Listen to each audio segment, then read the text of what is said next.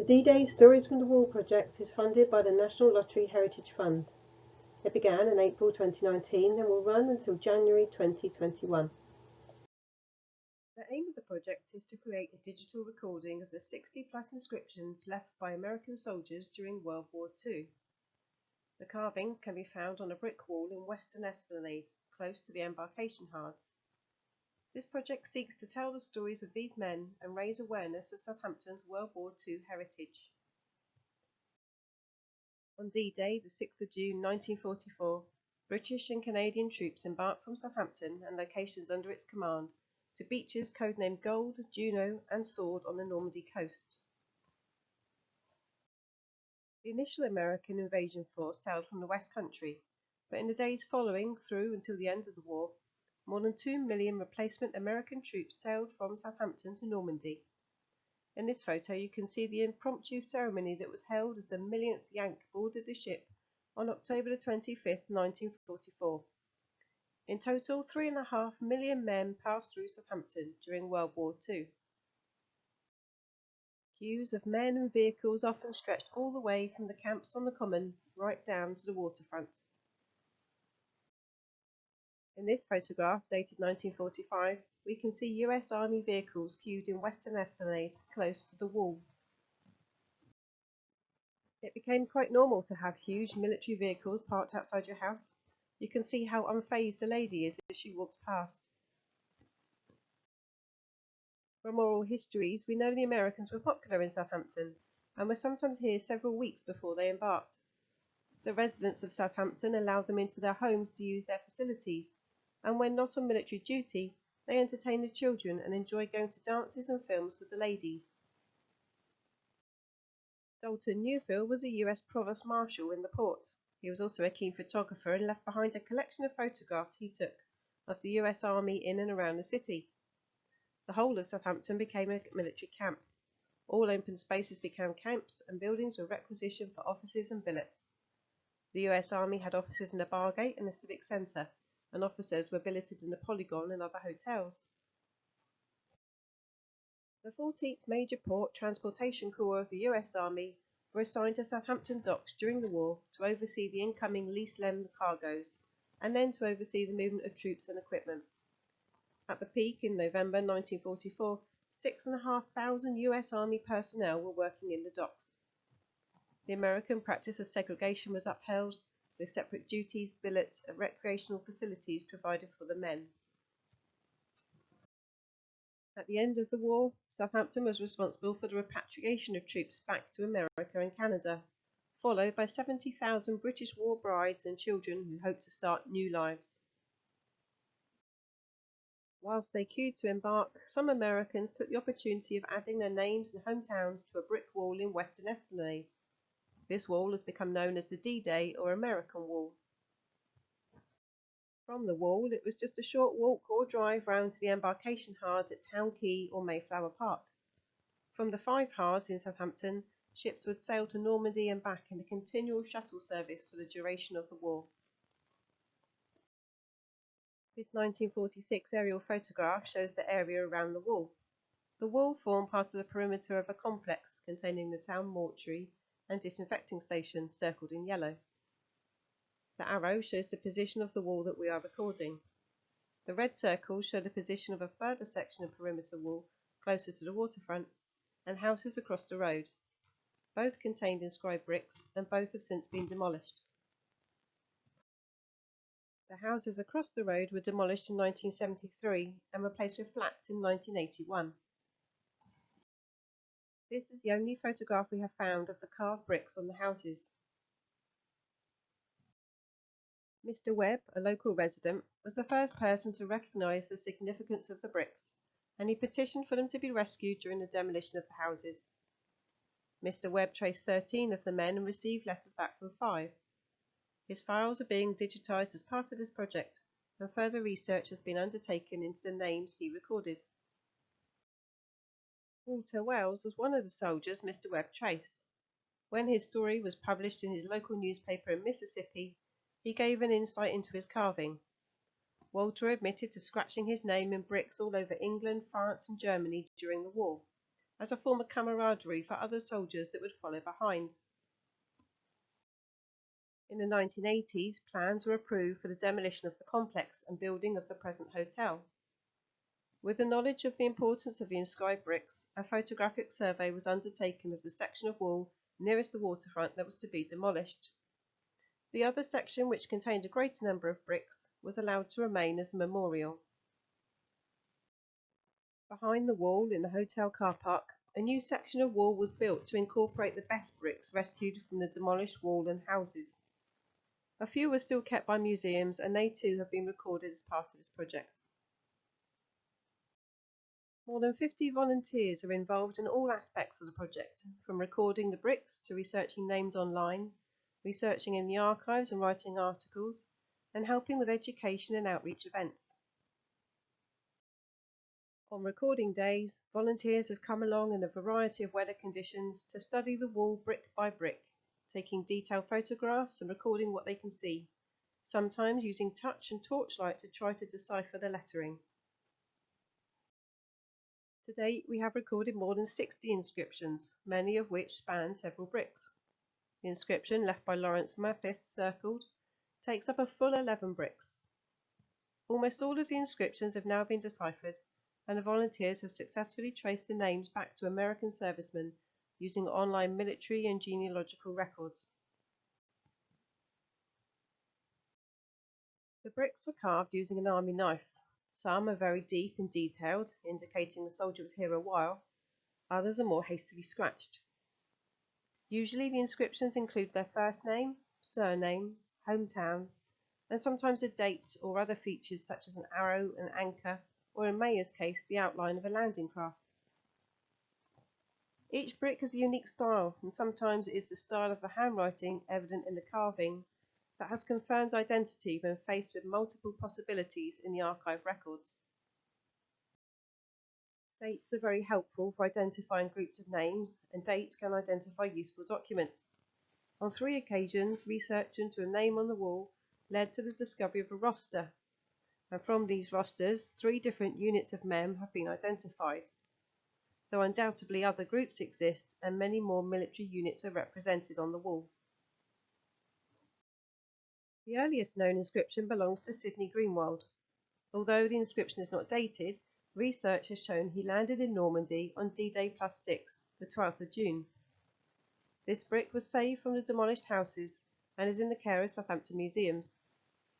Sidney, a Jewish Czechoslovakian immigrant living in New York, served as a combat engineer with General Patton's Third Army. One of the groups identified by a roster is the 106th Infantry Division, and more specifically 7 drivers from the 3rd Platoon. The 106th was the last division raised by the US Army. It was an all-draftee division with an average age of 20. Sergeant Ralph Weiss of the same 424 Regiment kept a diary. He tells us they sailed from New York on the 20th of October 1944 on the SS Aquitania, and they arrived in Scotland 6 days later. They were taken by train to Chipping Norton, where they were camped for a month. On the 2nd of December, they boarded trains for Southampton, arriving at 5 o'clock in the morning. They then had a 4-hour wait before boarding the ships that lay at anchor and waiting for the cover of darkness to sail.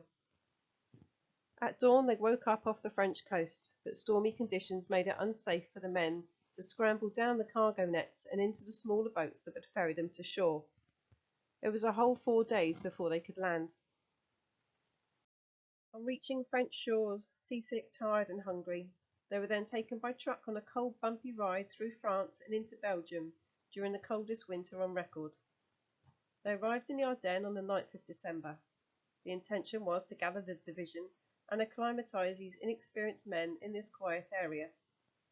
However, a week later, they were taken by surprise as Hitler launched what would be his last offensive, the Battle of the Bulge, which would rage on for 5 weeks, and the 106th were on the front line. To date, this is still America's biggest infantry battle, and both sides suffered huge losses. One of these 106 drivers was Delbert Smith. D.W. Smith, Miss, is quite clear to read on the wall. The volunteer researcher traced this back to Delbert Smith, 19 years old, working on the family farm in Itawamba, Mississippi. The 1940 census records Delbert living with his grandfather, parents, and 4 siblings on the family farm. The researcher also discovered Delbert had married his childhood sweetheart, Ethel Klaus, shortly after being drafted. A few ladies' names had been recorded on the wall, and another trip back revealed Wife Ethel, carved right in front of Delbert's own name. Contact with a relative through Ancestry produced a photo of Delbert in uniform with wife Ethel and daughter Nina, who had been born in 1942, shortly before Delbert enlisted in March 1943. On closer look, Dar Nina was also found inscribed. Clearly, Delbert had his family at the forefront of his mind as he stood at the wall, within sight of the ships that would carry him to France and whatever may lie ahead. Delbert survived the Battle of the Bulge and progressed through Europe with the Golden Lions. He returned home to Ethel and Nina in 1945, and together they had 3 more children. Sadly, Delbert died on their 64th wedding anniversary in 2005, aged 82, in Itawamba, Mississippi. Predictably, not all survived to return home. Bill Urban is one of 3 on the wall who were killed overseas. Sergeant Bill Urban from Chicago, serving with the 4th Armored Division, was killed in the advance on the Rhine in March 1945. He is buried in the American Cemetery at Luxembourg. When our volunteer researcher made contact with the family and sent a photograph of the brick, the first response back was, "Today is Thanksgiving Day, and we, the Urban family, are saying thank you for this special gift." The same volunteer was in Luxembourg in December 2019 at the time of the 75th Battle of the Bulge commemorations, and was able to lay crosses at his grave on behalf of the family. A group of 9 names on the wall have been found on the passenger roster for landing craft LST 262, which left Southampton on Christmas Day 1944. They are identified as serving with the 449 Quartermasters Gasoline Supply Company, a segregated unit of black Americans. These men have been much harder to trace in the records, though it shows most of them worked as hotel porters. James Henley is an excellent example of how it was his writing on his draft card that matched his carving on the wall, ruling out other possible candidates with the same name. An unexpected discovery was made during research into the brick carved by Cal Avery. His name and the initials MY for New York were clear to see, but no trace could be found of him in military records. In early March, we visited the wall and found the conditions for recording to be the best yet. Closer inspection of his brick revealed Amur, red, and cross symbol. Cal was found to be a field director serving with the American Red Cross, a pastoral role not often recorded in World War II histories. All the results of this project, the brick recording, soldier stories, and other Southampton World War II articles can be found on our website, www.maritimearchaeologytrust.org/D-Day Walls. The photographs taken by volunteers during the photogrammetry survey have been used to create a 3D model. This model forms the focal point of our online interactive viewer, which links the bricks with the information gathered about each man.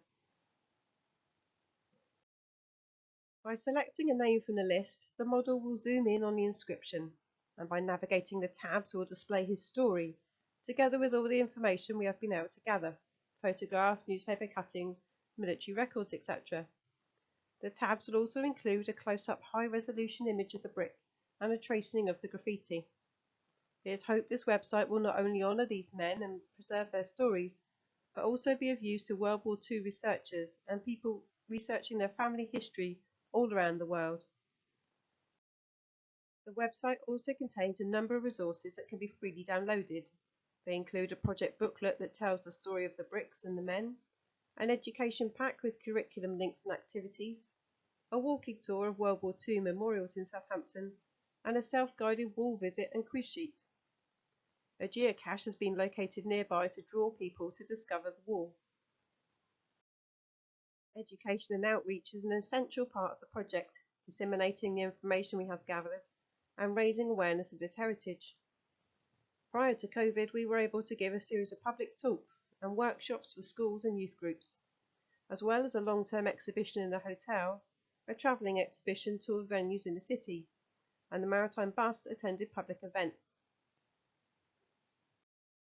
The project has generated much interest both here and in America and among World War II interest groups. A plaque will soon be installed to tell passers-by of its significance. There has been much concern that the inscriptions are eroding. Our surveys over the last 18 months have proven that their visibility is largely down to weather conditions. In strong sunlight, the inscriptions almost disappear. They are most visible when the wall is wet and the sky is overcast. Frost and the seasonal growth of moss can aid or hinder their visibility. The question of physical preservation is commonly raised.